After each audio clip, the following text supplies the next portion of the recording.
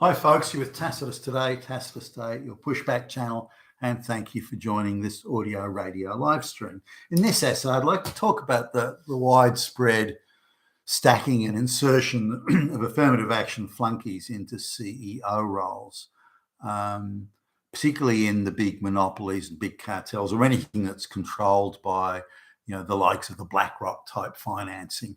And remember that when you get organizations as big as like the BlackRocks, they can completely control what the share price is going to be. Market forces don't work, that they control it. And they can put the price up or down to whatever level they want in order to bring pressure to bear on any group of people or other investors or whatever the case may be. And through doing that, they get what they want. Typically, what they start off doing is say, look, these are the people we want you to have on your board of directors. We want you to have this person as the CEO. And most organizations will comply because it's too expensive for them not to. Given that the areas that they operate in are monopolies and cartels and oligopolies or heavily government protected markets, then it doesn't really matter who they have at the top as the window dressing board of directors and CEO. It doesn't matter who they have because they're in a monopoly and they can put the price up to whatever they want to achieve whatever profit outcome they want. So they're not subject to, they don't have to be good at their job. Which in a competitive market you would have to be, but in a monopoly market you can put any you could put in Mickey Mouse or any cartoon character into the CEO role and nothing would be different from how it would turn out with any other flunky in the role. Again, it's monopoly type situation. So anyway, I'm looking at just doing a sort of a channel surf on the news, and there was a woman there about 40 years old, I suppose, and I thought she must be she's talked and behaved like a receptionist.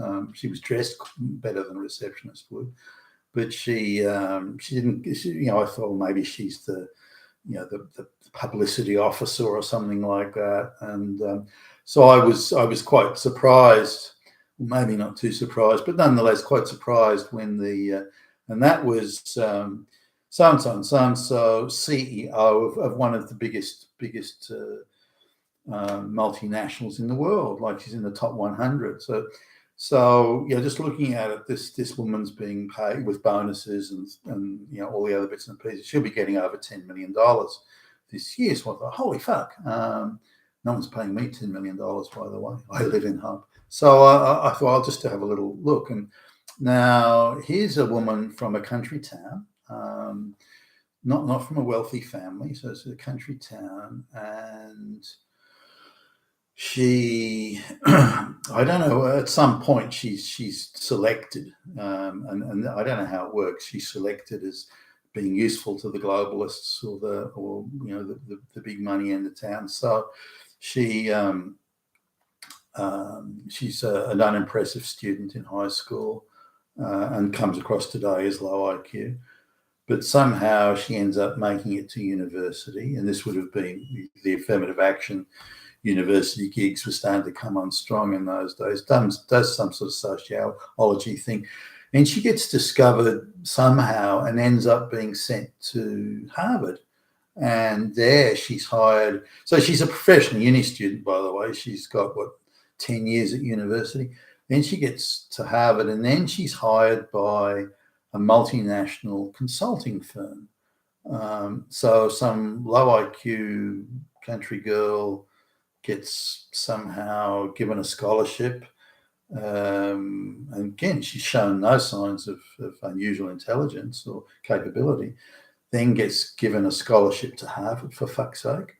Then gets hired into a prestigious firm on quite good money. She's sort of put straight into like a senior consulting role. So 10 years. So now she's 28, 29. She gets hired there. She only works there for a few years. And then she stops work altogether to have children. And she has 2 or 3 children. Marries into a well-connected sort of thing. It's almost like that was arranged, because she's not like she's a hot piece of ass or anything. So has children. So she's off work for 5 or 6 years. So then she comes back to work and is straight away put into the upper echelons of one multinational firm, doing something girly like marketing or whatever. I can't imagine. It's very vague on what she actually did there. It's some marketing consultant or something. And then she comes into this current multinational where she's there for 12 months, and it's an open secret she's being groomed for the CEO role. So, okay, so let's just have a look at this. Low IQ country girl, no special student or anything like that. And only at the moment she's discovered by the globalists does she get given all these breaks. And it's the usual thing. Scholarship to Harvard, president of the student council, book publishing deals, all the window dressing to turn her into a credible, wow, look at this high achieving person type window dressing. So when you look at the amount of time she worked, she was in the workforce doing anything at all. And a lot of it was extremely vague on what she was doing, or no indication of what she achieved or produced or created or delivered or the results she got. So results clearly aren't the issue for her. So she has less than 6 years in the workforce, maybe 7 if you want to be seriously generous here. She has 7 years in the workforce, and then she's made it to CEO of one of the biggest companies in the world. And that was so I saw her being interviewed, and again, I thought it was just some flunky in the marketing department or public relations or media relations, something like that. I realized, holy fuck, you're the CEO. Now, if you look at her sort of thing, her interaction with organizations that are controlled by the BlackRocks of the world, and it's clear that she's being used as a window dress. She's the equivalent of affirmative action. If it was a black woman, lesbian, she'd be the diversity director or something like that. So now, if you go through, not every single one, but if you go through the big multinationals, wherever you find heavy reliance on government contracts or monopolies, you see this same idea of window dressing. These are people that are useful idiots for the folks that are really pulling the strings behind the curtain. But it's more widespread than this. And we recently were dealing with this is in the business oversharing. We're recently dealing with a CEO, and everything seemed fine.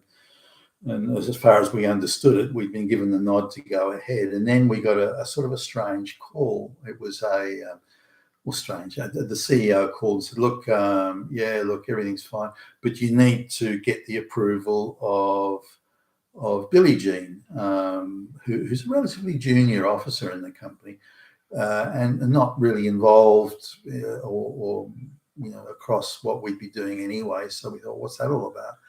And he made a bit of a thing like, if Billie Jean doesn't approve it, it's not going to go ahead. Now, we just took that as him making a bit of a joke. And so we went in to see Billie, not really thinking that we should or have to do this or a requirement. And so, and again, we had all the sort of preliminary sign-offs, if you like. But so then we come across Billie Jean, and now we did a bit of checking on Billie Jean. It's not hard to go online and find out a lot about people these days. I'm quite sensitive of that and don't like to have a big online footprint. I value my privacy, but so we get on now. The Billie Jean's on. She's got an online profile. Billie Jean's online profile has her in a pair of cutaway denim shorts, and with ass cheeks clearly visible, by the way. A cutaway pair of denim shorts, and her making I suppose you call it a suggestive, provocative, sexy smile. She's got the fake blonde hair, a very tight t-shirt that's very low cut, and that's Billie Jean, and she's mid to late 20s, that sort of thing. So we looked at the background she had, and we couldn't see she had any credentials, and she's effectively a junior receptionist, let alone. But they've given her some sort of job like director of equity or some shit like that. And so I think that was the title. So we sort of had to go with her. And you're looking at someone ridiculously over-promoted, totally out of their depth, totally unqualified, and moronic as well.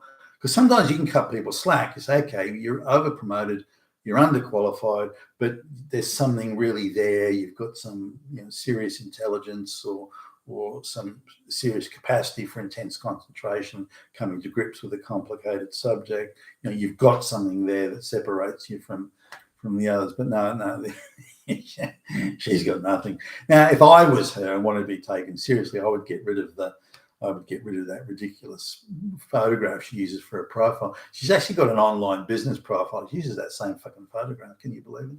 So it was a painful process to go through with, but it came up about, speaking of online, that she had herself gone and looked for online stuff about us, not about our business profiles that we went to this school or did this or did that, not that, but profiles of looking for, did you have you made any posting praising Orange Man? Have you made any posting online posting? Have you made any posting putting shit on climate change policies or saying that Greta Thunberg's a moron?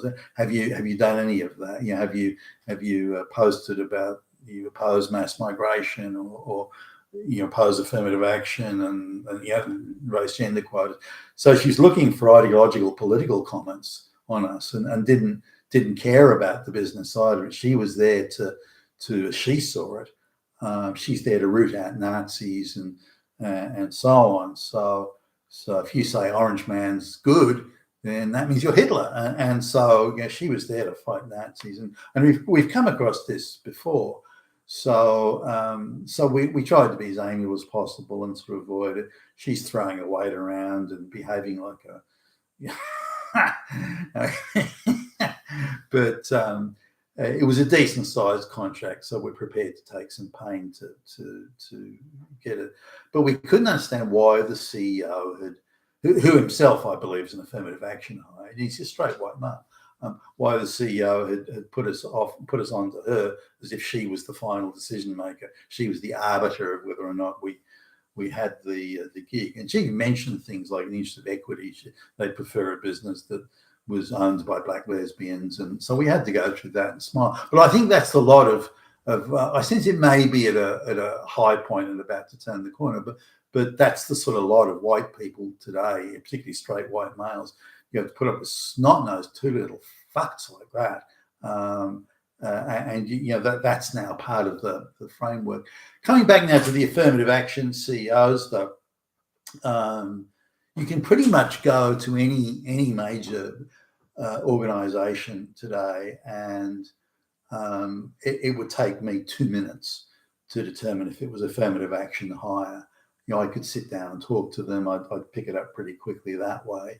But people that have made it to the CEO's chair by achievement, by accomplishment, by hard work, by results, by these sorts of things, it straight away.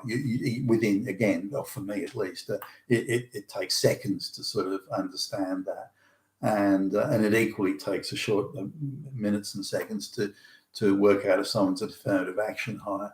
And I can't think of a CEO today that I've met, certainly over the last few years, and again, in the monopoly, oligopoly, who isn't an affirmative action hire.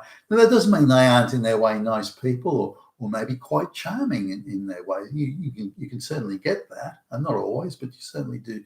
You get it. Maybe they're nice people, but they're just useful tools and fools for the people pulling the strings. And sometimes in a wistful moment, I can say, well, gee, I wish I'd been selected for that. But I'm an independent-minded guy who has achieved things, through his own hard work and endeavours. So I'm less likely to be useful to those sorts of people. They don't want people who are independently minded and who want to make decisions. That's the last thing they want. So someone like me probably wouldn't be of much value to them.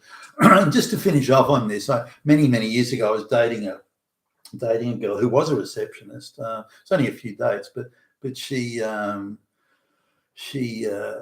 was there when it was a big financial institution. But she was there when they decided to go all affirmative action, and they just created all these jobs, prestigious sounding jobs, assistant deputy director of, I don't know, going around in circles or counting paper clips or something. So they created all these jobs, and she got one of the jobs. Her job was actually just to deliver letters. That's all it was. So she would, and so she's a receptionist. So they give her this job to deliver letters, important letters. Just to give you an idea how long ago it was, and so it's pre-internet. So they decide so they don't increase the salary that much, as she explained to me anyway. But they gave her a generous allowance so she could buy designer label clothes. They wanted her to attend a beautician's makeup course so she could look dazzling when she went to deliver the letters for them. So she was just a flunky, a little fetch and carry flunky. That's all she was. But she had this fancy sounding title. Anyway, decades have gone by, and I was just reading the business press not that long ago, and she's now international vice president for one of the biggest top 100, one of the biggest multinationals in the world. Now I can vouch for the fact, she's a fucking lazy moron, but